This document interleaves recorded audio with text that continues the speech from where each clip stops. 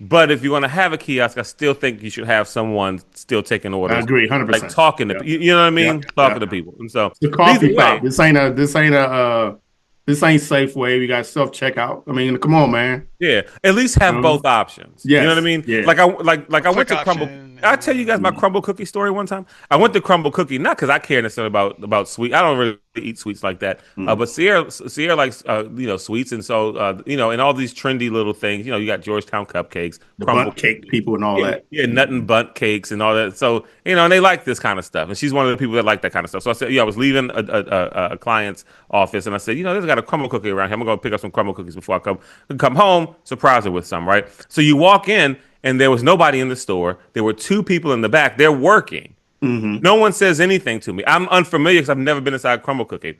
I'm just looking around again. No one says anything to me. I look to my right. And I'm like, well, here's a kiosk. Let me just go see if maybe I order here. So I order. As soon as I hit submit, they say, thanks for your order, Rick. It's going to be up in about a minute. I'm like, you guys needed the computer to talk to me? Like, how come no one said anything to me about, hey, the kiosk is over here, you can order over there? Like, they didn't even talk to me until I Till hit the you hit the computer. button. Now yeah, that wasn't the case at Love Life Coffee. I still Mm. felt the love, right. but let's do Yeah. kiosk and you know, Yeah. No, but Well, we'll I talk Crumble just about Cookie that. said when you spend money, that's when you're a person, and that's when we'll address you. Until you spend money, right. you're just looking, and we'll Right. we're You're working. nobody then. Yeah, You're nobody exactly. then. No, I don't care Well, about you. I have left establishments that only had kiosks. Then I'm you like, walk in and just walk out. I walk around like, and I say, hey, can I order? Like, no, you got to use that. I said, I'm talking to you. Can't you take? He's like, no, you got to use the machine. I said, okay. Turn around, walked out. I'll go Yeah. somewhere else with it as a human being. Thank you. Yeah, we don't have to be like an or society, an either or society. We can be an and society. Oh, Yeah. we have kiosks Yeah. I'm an and old people who man. I can need a talk. human being to take my order. I can't do the machine. I don't do And the machine. I just felt like the orders came out quicker when they were taken. So I Yeah, just and correctly, because yeah. you go to a machine, there's different menus, blah, blah, blah. You hit this wrong. Oh, no, you got to hit that button first and then do this button. Well, how am I supposed to know that? You work here. How about you operate the machine and I tell you what I want? And you do the interpretation for me. How That's about another that? good point. Like I don't work this machine every day. I don't understand how it. Right. You know what I mean? Y'all, Half of y'all them sound ain't y'all user sound old. I'm gonna friendly. speak for the young generation and say y'all sound old. But Well, especially at a I am boutique old. I'm place. fine with that. Yeah, but especially at a boutique place where like you Yeah. can get certain vegan things and this and that. It's Yeah. like, well, how do I get to the stuff? I don't know how to get to See, the so, things. so what's happening with me is because I say y'all sound old, like I'm not in the same, Claude and I are basically the same age, but it's the IT in me that's coming out where I do this to my wife all the time. She gets mad. People tell me, I guess I have this, but people tell me there's a smugness or sometimes a sharp wiseassery that can come out of me and I don't know it, and where she'll be like you said it'll be like she'll be at the thing trying to order or whatever, and I'm just looking, I was like, it's right here, just, right here, it's a chocolate chip cookie, push the picture of the cookie, all right, how many do you want, one or two, and I can't see, I'm doing it now, I'm getting angry, envisioning a fake person not able to, so I'd walk over there and be like, all right, what menu do you want, like, with some vegan, so you see the one that say vegan, you press that. What else? What else do you want? And it's not. You're right, LB. You are right. Yeah, I'm in a closet case, but I can see myself just being like, you know what? If you can't work it out, Keish, don't worry about it. Like, Yeah. Vern, if you ever needed a part-time job, you can hire yourself out as a liaison for regular people and these kiosks, yes, and they can just yes. take you or meet you where they need to be, and then you can do it I for just do them. it for, I They just pay do it you, for and then them. you just leave. Yeah. When I go to stores that only have self checkout, I walk up to the machine and I do like this. Come here, come here. And I point, go ahead, handle this for me. Do this part. I'm paying my money. The least you can do, the least you could do is ring me up and and give me a bag. That's the least you could do. But you know what's interesting? So the Target around my house in Silver Spring, like if you go there early in the morning, because it's again another way to show that I'm getting old is that I know it opens at 7. So if I gotta go, I go at 7 o'clock because I don't want to, I just want to get in, and don't Yeah, deal with yeah. people. They'll have one lane open, but the self checkouts aren't open. They have it blocked off. I'm like. Mm. At 7 in the morning, that's when you want the That's self the checkouts opposite of open what you because want. we're in there. We know what we want to get. We're not getting a Right. lot of stuff. Boom, boom, boom. We're out, and it's closed. But they have one lane open. Yeah, Mm-hmm. yeah, they do that Nice. that happens sometimes at the end too at some grocery stores. Into the Sometimes I shift. go Yeah. grocery shopping late at Wegmans, and they'll shut it down. But I know that was like in the last year. Recently, they stopped doing that, and I think that's because they know that people come in there and shop late. Also, the last two cashiers, if they don't have to do with you, They don't want to. They'll tell you. They'll be like, "Oh no, it's still too open," and I will take it. Like you said, LB, I understand your position. I'm very much like Claude, almost all the time. Like when I grocery shop, I'm in and out. Even if it's 30 items, bang, bang, bang, bang, bang, in the bag, and I'm gone. Like that's it. I don't have to wait for nobody. I can scan my own stuff. I'm good. I don't, they gotta sit here and wait. And then if there's a person in front that needs like, I need a coupon, and I was like, I ain't got time. Yeah, I'm not trying. Yeah. Oh well, let me look in my phone for my rewards points, and I'm like, oh Bro, god. I swear one time it was taking so long. I really wanted to ask the lady because I could see what it was like toothpaste or something, and I know you're saving like 50 cents on this. I'm like looking at my pocket like, I got $5. I'll give you $5. I'll pay for it. Yeah, just get out of the line. just scan it. And then they're looking for this and scanning stuff, and then they're not getting their points right, and then they want I can't no. So I'll deal with the self checkout stuff. Like I'll deal with that. It's just.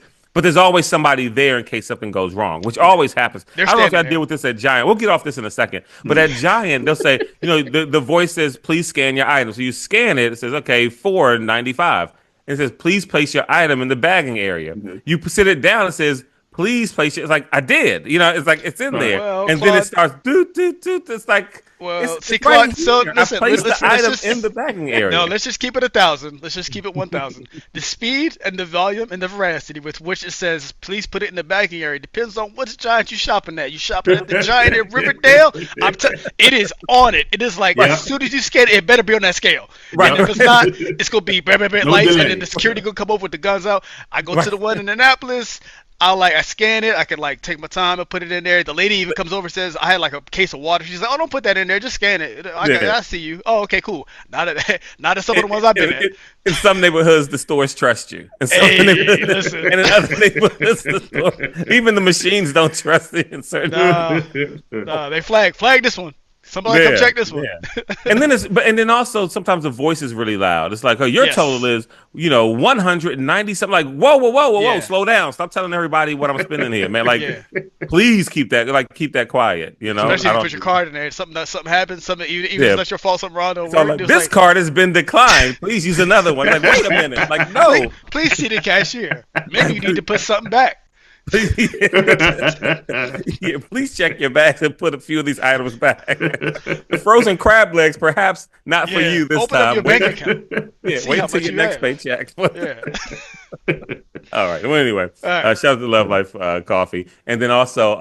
Of course, Catch A Spot Sports, information on both of our friends there in the show notes. Okay, so we got PGA, LPGA, and I've got a question for the fellas and some equipment stuff that was on the group text earlier today.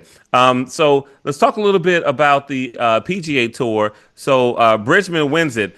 Now, I couldn't have been the only one that when that putt on 18 came up short, I was like, he still got a 4.5 footer, like to win this. Or because he left that one like really like shorter than I thought he would. And I'm like, that was all nerves. And he confirmed it in the post round interview where he said, and now here's another thing. These guys got to stop tempting the golf gods, because he said in the post round interview, headed into the final round with the lead that he had, he thought he would be cruising and it would be an easy win. Mm-hmm. I you can't, even if you felt that way, after the way it ended, you can't say that, because obviously the golf guys don't take too kindly to that. And so he says, until we got to 16, that's when I was like, oh, I'm going to have to grind for this. Yeah. And he did have to. And then he said from 16 through 18, when he's putting, he's like, I was so nervous I couldn't feel my hands. Yeah. I could not feel my hands on the putter. Yeah. And that's a tough spot to be in. But when he missed that putt, Vern, or left it that short on 18, I was like, this par is not a gimme. So we were at the lab. Shout out the Lab 301. Myself, Glenn, Wendell, and Mike, and I think Glenn and I stayed and watched up until the end, but we were watching basically we watched the whole tournament, but like the back nine, when it opened up, when we got there that day, it's like 6-shot lead, even for a guy like outside the top 50, this would be an epic collapse. And let me tell you, Bridgeman walked right up to the line. Mm-hmm. He needed all 6 of those shots. But on the back nine, to your point, Claude, about leaving him short, that wasn't the only one. Like Glenn and I noticed, like maybe around 11, 12, he was making, there were putts at like 7 or like distances that for pros they go past, even if they don't go way past, they go past. Mm-hmm. He was leaving them short like the way we would if we were watching one of us play around where we're trying to just two putt and get away. Like Right. it like went way short and under, and I was Glenn, I was like, oh, that's a for a pro, that's a turbo miss. That looks like how I would just try to concede a two putt. Right. And then he did it again, and then he did it again. So I know he said from 16 to 18 he couldn't feel his hands, but he got tight early when Kitayama came up and birdied it. Rory made that putt on 18, which obviously was he was ahead of him going into 18 and stuff. I think, or were they in the same group? No. Yeah, they were. I think he was ahead of him. I think he was ahead of him. I feel like he was ahead of him. Yeah.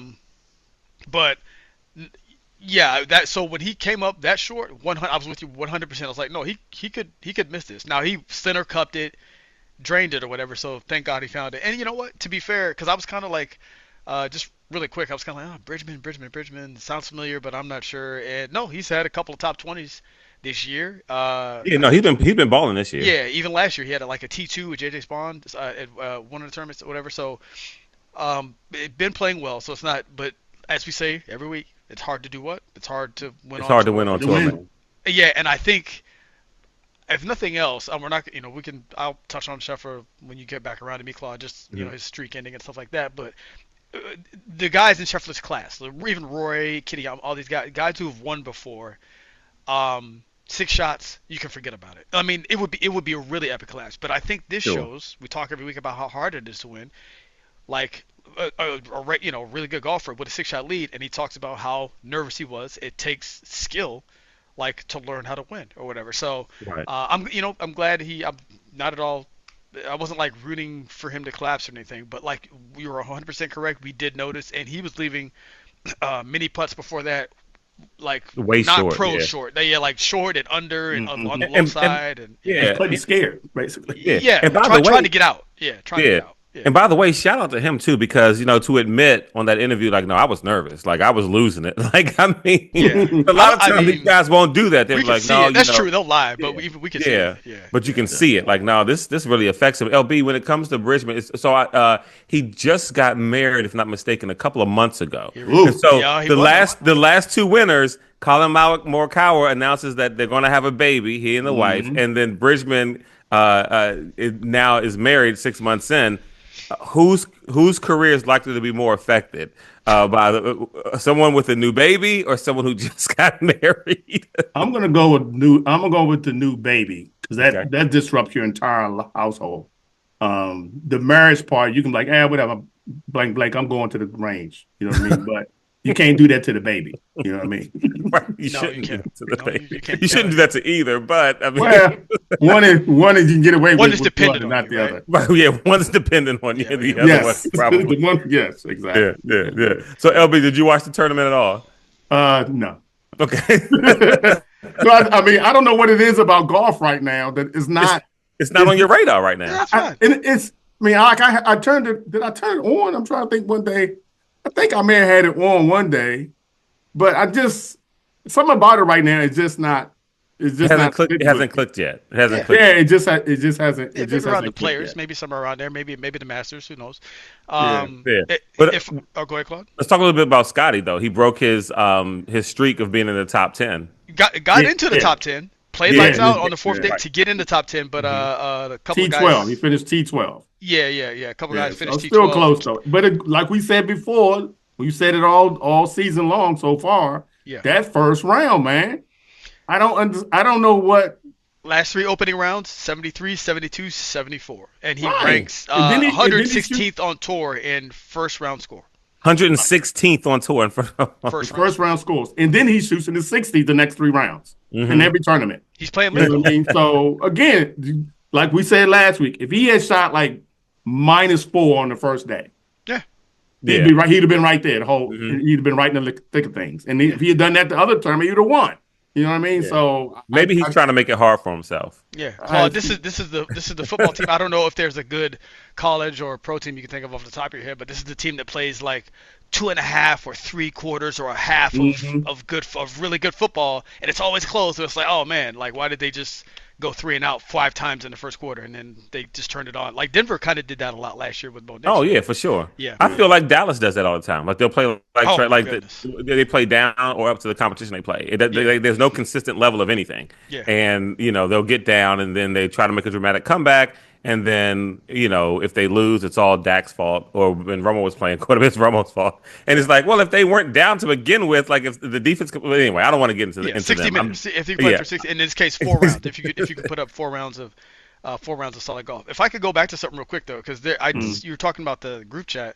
I sent something because this ties into Bridgeman and his nerves. I sent something Friday that probably no one watched, but I was on my because I'm heavy into the golf now, so it was a Golf Digest video, like maybe 10 minutes talking about the whole. What's the thing we do? We hit a ball into the stuff, and then immediately that next shot is what? Perfect right down the fairway.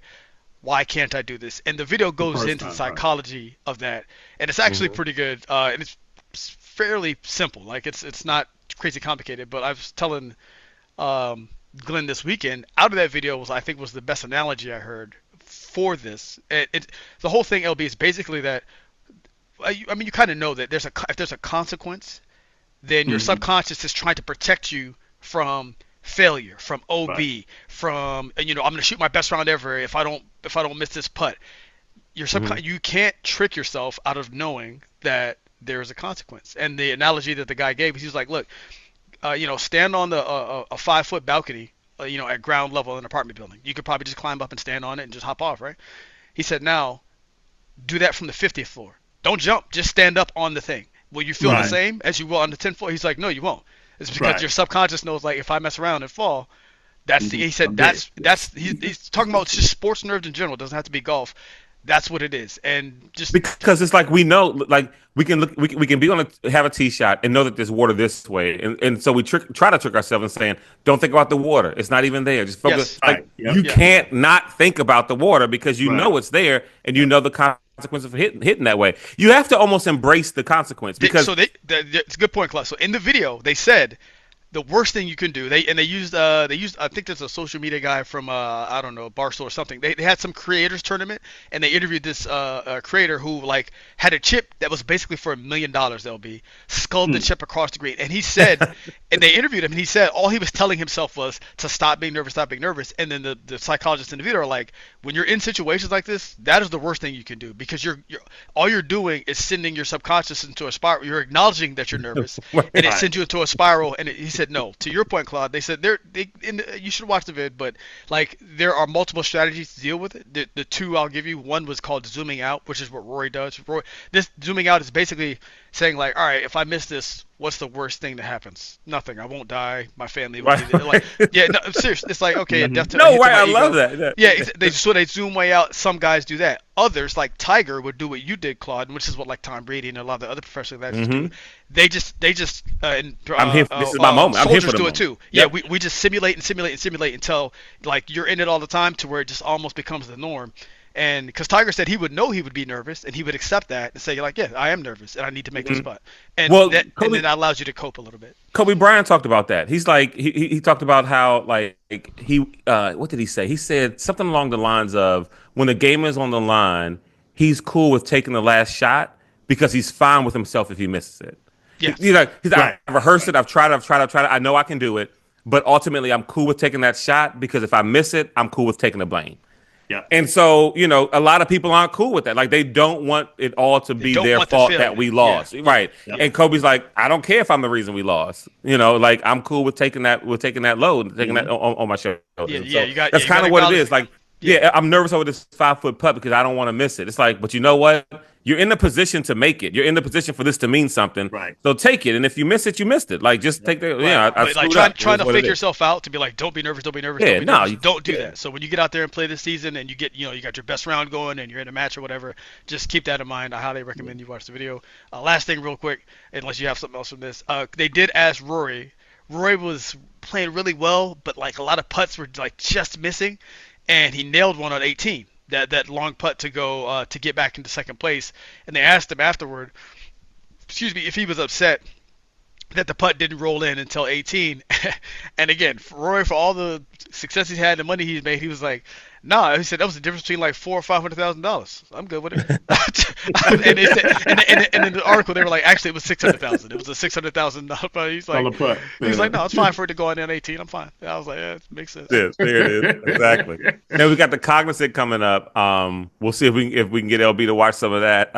No, you won't, because I just looked at the field, and no. Yeah, unless it's Sunday, I'm not doing anything. And Burns sends a text and says, "Yep, they're great. Yeah, so one shot. They about to go to a playoff, and he don't make this putt. Then I'll probably turn it on." What is the field? Is the field not great? No, I looked at a little bit of it. I didn't see a lot. This is the start of the Florida swing.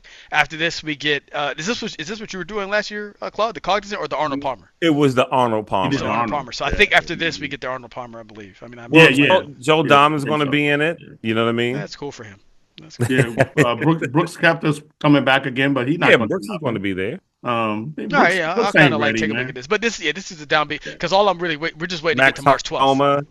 We're trying to get to the players. We got the Arnold, and then we got the players. And that's when it really starts. And just really quick, Claude, like I did, we went to the sim, and with Dell's hitting well, and Mike's working on stuff, and I can see, like Glenn said, he's starting to look at like can't wait till the weather breaks to get back out there. Everybody's getting ready, and I told them, in the sim, I was like, man, I hadn't heard from our buddy Jermon. Hey, he's been kind of quiet in the chat, and so finally today. He said something, and I asked, he liked an image, and I was like, hey, man, you ready for the season? And before I Well, not just liked an image. What was the image, though? You've got to share with... Oh, yeah, so this is me now. So I put in the best drivers of 20... I was reading My Golf Spy. They did the best drivers of 2026, and the Titleist was not in there, so I was concerned. So, which like LB said, this makes no... It was the best driver last year. It's fine. It's perfectly fine, but I didn't see it literally in the ones that were tested. And so I said, hey, I need to start doing some reading. And so that's what Jermon liked. And I asked him if he was ready for this year. And again, for those referencing, you don't know who this person is. It's just the guy in your group text who's been quiet. We started doing all this competing last year, and I noticed a lot of people are keeping score now, and a lot of people are working on things. And I believe he said he's been working out, and he's got some new power, and he might be the longest guy in the group next year. So I was like, I said, okay. So he is. So people are paying attention. So everybody's checked in from Golf DMV and is getting ready for the season. I love it. I'm here for it. Speaking of getting ready for the season, I want to get to LPGA in a second. But since you talked about the group chat, let me just jump to this. I was just thinking earlier today because again, I've been excited to get going this year too, to get the season going, and it reminded me of maybe 3 years ago when I was an alternate in this Thursday night men's league. There was a guy who had a team. They needed an alternate in case somebody couldn't play. And I played, a couple tournaments, a couple of the nights with those guys and helped them win and stuff like that. And it was really cool because I think in the 4 that I played, I went 3-1, which was great because I hadn't really competed, and stuff like that. And it was kind of like my first time.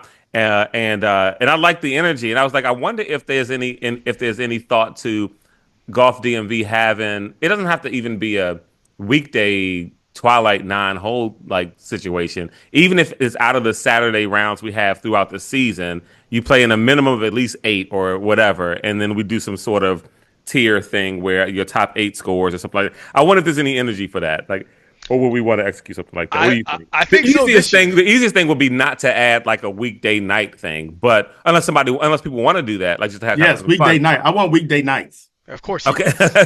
Well, and I wouldn't be opposed to that too. So maybe what we can do is people can email in. They can send something on Instagram, or if you're in the group chat, do that. Or if you listen and you got any of our numbers, do the same thing. Just reach out to the show if anyone's interested in like a weeknight 9-hole men's kind of league, or like our normal Saturday Sunday rounds with a minimum amount of rounds to play to be included in the competition, and we sort out, whatever your top 8 scores maybe or something like that at the end of the season, or top 10 scores. Yeah, so you got to play in a minimum number of events essentially. Yeah, I think guys would be. I think our trip last year at Pinehurst was I think the first time we did the big match play round robin with Crouppen in Wisconsin. This was all stroke play, individual, and guys were top 3 paid out. Guys were locked in, man. Like I said, everybody showed up. Wendell showed up. Everybody made money. And like I was saying, last year we test drove. I think it was at the Father's Day round at Whiskey Creek. Nothing on the line. I just said, hey, we're just gonna put everything out. Here are the rules. And guys were like, okay. Then we did it again at Compass, and shout out to Jamal. Our buddy Jamal did win. He won that. I'm gonna put some respect on his name. And then I feel like it was on after that, Right. to the point, Claude, where another buddy of ours in the group who was not traditionally into competition. I'll leave his name out of it. But he told me he's just like, yeah, I used to like to just kind of go out and relax and have a chill round or whatever. Now that we've done these, now when I have a chill round, it feels boring, and I kind of like. He was saying that like he'll make dumb mistakes when it's around with nothing on the where because he's not focused. But if it's around where it's like, oh, even if it's just pride, even if it's just like, oh, hey, we're having a 9-hole match, he's just like, it focused me up, I found, and then now I kind of like that, which is good because it can be, you could ride that line where it's like you said, Claude, like your league, fun and competitive, not like an insane grind where it's like I don't want to do this, but fun and competitive with the homies that also keeps you focused and gets you better. Right. Does that make sense? Yeah, for sure. So yeah, we'll see if we can work on something like that for this year. All right, so LPGA, Jeeno Tickle wins the was the Honda, there in Thailand. Yeah, won in front of her parents in her home country. The won that tournament. I think it was her first time winning that one. And right now, the number one player in the world. She's number one, right? Number one in the FedEx ranking. She's only 23. She's only 23 years old. I think she's got 7 or 8 wins on the LPGA Tour. That's crazy. 8. Doesn't have a major just yet. Nope. So, LB, because you follow the LPGA closely, more close than anybody I know. Is it major or bust this year for Jeeno? Like, does she even if she gets 3 wins on tour? So she does not need to get a major. Okay. No, she doesn't get it. Not yet. Okay. She's got time for that. This, just to be clear, this is her 3rd win in 5 starts going back to last season. So, and by the way, the other 2 who've won recently, going back to the last season, has been Charlie Hall and Nelly Korda. And so, like the big names are starting off the season and then last season like real hot. Yeah. She's a great player. And extremely young. And extremely young, man. She's, yeah. Is that why you give her to the pass? It's like, hey, she's playing well as long as she competes well in the majors and we see her. That's good. Yeah, she's gonna get hers. I mean, is she gonna win? 15 of them? Who knows? Right. But she will win more than 2, I'd say, in her career. Just because of the way she prepares and the way she plays. I mean, she's destined to win at least a few. I don't know what else to say about her. I mean, she plays all the tournaments too. That's the thing I like about her. You know what I mean? Obviously, she's from Thailand, so obviously she's going to go back home and play, and play the Asian tour, the Asian swing, I should say. And by the way, she plays all those tournaments too because her parents, they only see her on the Asian swing. They don't go travel to see her play anywhere else. Right. So, and like Nelly never goes over there. Very seldom. I think I should say never, but I think she may have went once or twice in her career. Normally, she doesn't go for the Asian swing. She stays here and waits for them to come back, and this she kicks their ass. You ladies go over there, have some fun. I'll be waiting for her when you get back. Right, exactly. Open this can of whoop ass on you when you get back. Right. But yeah, the thing for me to still with the LPGA first place tournament. She won $290,000. Yeah. 270, excuse me, for first place on the LPGA. And that's part of the reason why some of these ladies don't make that swing. Because you're not going to go over there for one tournament. You're going to have to do 2 or 3 to make it worth your time. Well, just by contrast, real quick, because remember I mentioned last week that I wanted to see how Danielle Kang did. Well, Danielle Kang, I'm scrolling. Danielle Kang finished at plus 12 out of 72 golfers. She was the 71st player. Oof. She won $3,659. That's not your plane. That's not room and board. That's not plane. That's not the plane ticket. That cover your flight or no. So you need to know if you're doing the Asia swing that you need to be in good shape where it's like, hey, I have a chance to top 10 at least 2 of these or something. Minimum. Is that what you're saying? I mean, out of all of them tournaments, not just one of them. You gotta play well to get your money back out of there. Last place, to my chagrin, was Moria Jacanagar. I knew you were gonna say Jacanagar plus 16. She won well, she was handing out $3,614 because you don't win. You didn't win $3,614. No, that's true. That came out her debt. It's just like, oh, cool. I don't owe 5,000. I owe 2,000. Got it. Right, exactly. Right. Yeah, she finished in last place. But yeah, the salaries. I mean, the prize money is just it's pathetic. And again, I still think that there's room, the same way tennis does this. There's room for the same tournaments to have men and women fields, like because that could help with payout and things like that. There's a especially at a place like Torrey Pines that has the North Course, the South Course, or you've got Pebble Beach where you got Spyglass and stuff like that, where you can have those tournaments and you got the men and the women at the same time. One's playing North and South, at Torrey, but then at Spyglass, somebody's playing Spyglass and Pebble. Like, there's a way to do this, and I think that would make the events really entertaining too. Yeah, let me ask you something, Claude. Like, you just gave me maybe they've done this. Maybe they've done this. I feel like I should know, but you just. Like the AT&T, the Pebble, we just had the quote-unquote pro. Would it? Is the viewing public, the people who are watching that, are they more interested in the celebrity part of that, or would it be more interesting if it was the mixed doubles? If take the celebrities out and put the LPGA. Well, I'm asking. Like, I feel like I would be. I think so. I would be more into that than watching, Josh Allen. I don't care what some football player, some goofy comedian does in the golf. Right, exactly. I don't care about that. Exactly. So do it there. Yeah, it's like what's the one at the end of the LPGA scene, the Grant Thornton? Oh, yeah, the Grant Thornton, they do it. Yeah, where they do mix them and have mixed. It's great to watch. Yeah. And then the prize money for the individuals and the teams. Yeah. Okay. Anyway, they can definitely fix that. All right. Yeah. So they're going to be they got to fix the money for real. Yeah. They're going to be in Singapore this upcoming week. The ladies will be, and that's where Lydia Ko is defending champion. The same Lydia Ko that said, once I win enough to guarantee my spot in the Hall of Fame, I'm going to retire. And she's already done that a year and a half ago, and she still hasn't retired. But I couldn't be happier. You know why? You know why she's doing that? Why she got married.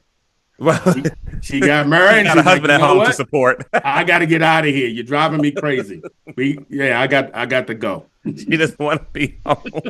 No, fine. You stay here. Take care of the dog. Yeah. I'll be back in a couple of weeks. I gotta go work. I gotta go to work. I'll be back. But you know what's funny? I see a lot of the golf wives and fiancés and stuff doing day in the life, when they're on tour with the husbands and stuff like that. I don't see any men doing that with the wives. Like, on Instagram, like, hey, good morning. This is Chad, day in the life of an LPGA Tour husband. I dropped my wife off for practice, and I made her a sandwich for later on in the round. Right. I'm going to have lunch with the guys. This is my couch. This is where I play Fortnite.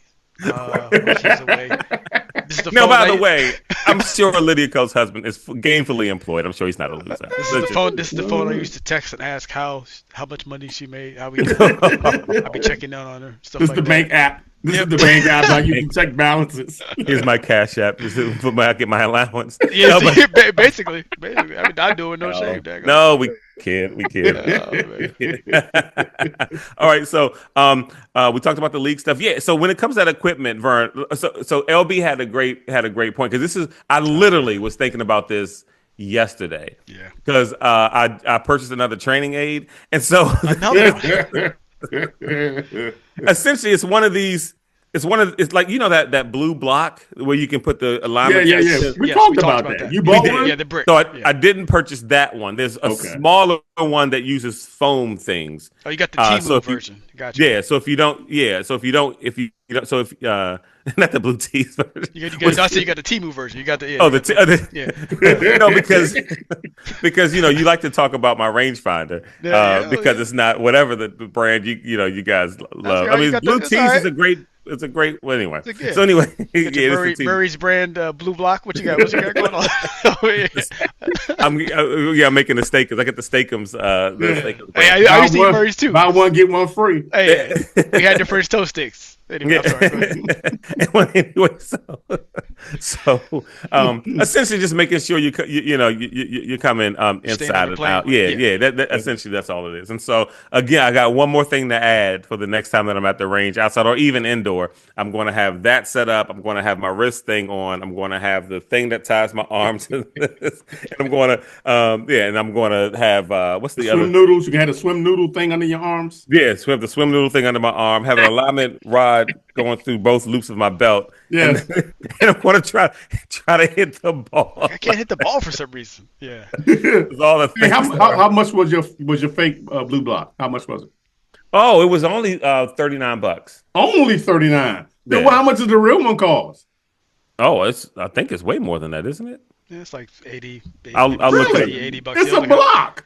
Yeah, yeah. Well, yeah. This is why. Yeah. Now, I will say, I do like. I don't know however effective it is, Claude. I do. Oh, it's like, $130. Oh, For a block. Okay. With holes drilled in it.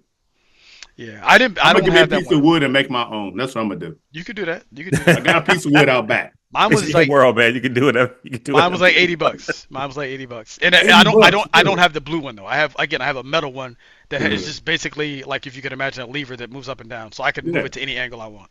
Okay. But I do like that purchase though, Claude. Among all the training aids you bought, I told you the underplane avoidance drills where you have to avoid hitting something. Yeah. Those are effective because they're going to expose your movement patterns really quick. It's like, if I don't want to hit the stick, then I have to swing inside out. So. And I did find this new drill to do in the house that's been working pretty good for me. So essentially, you line up close to your wall, and the toe of your club is like on the wall, and like you're in your stance, and like your head is on the wall. Yeah. And you have to I know swing the club and keep and like not go into the obviously not go into the wall. You got to keep it on that track with the wall without moving your head, and that does force that compression feel. Yeah, the only way to do it is to bring the club from the inside. And If you mess up, you're putting a hole in the wall. So you don't want. And you don't want the drill is meant to do it slowly and kind of build it up. So we're working, we're grinding, we're trying to figure it out. Yeah. And then, For those wondering where that came from, LB gave the sage advice because going off the rest of that text thread. Oh right, yeah. Like I posted about the drivers, and Glenn made a joke that was like, man, I'm gonna have to start hustling to keep up with these driver prices. And then LB appropriately said, like, instead of spending $700 on a driver, LB, I think it was get some lessons. Is that right? Yeah, basically, yeah. And take the $700 that you would spend on the driver. Yeah. Take that, get some lessons. That way you'll gain if you take some lessons I said to fine tune your swing because you got to. I mean, you are until Jamon proves otherwise. You are the longest hitter of the group, at least as far as I know. Right. For off the tee. So all you need probably is just some refining of your swing. Yes. You probably could gain 10, 15 yards of distance, as well as become more accurate with $700 worth of lessons. Yeah. And you know what? He's not LB. I mean, Claude. The way driver prices have gone. There was a time when it used to be $300 where you're like, I don't know. But now $700 $600 to get you like 8 lessons, bro. Like from like a good like $100 an hour, like a good or maybe a less known instructor, like a whole lesson package. So when he said it, I was kind of like, you might be right, bro. That's 100%. Yeah. So. Yep. It sure is. Yeah. And so I think that's the route to take. But move. Before we go, I do love how anytime there's like a talk about Vern being the longest hitter off the tee box, like just the humbleness by which he accepts it, but with no argument though. Like it's okay. I almost said Matt. Matt, it's either no, because LB says because as far as I know, he's like I didn't disagree. I just kept going. No, don't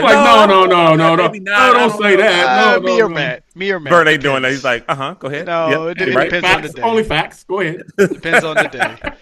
Yeah. All right. It's Golf DMV.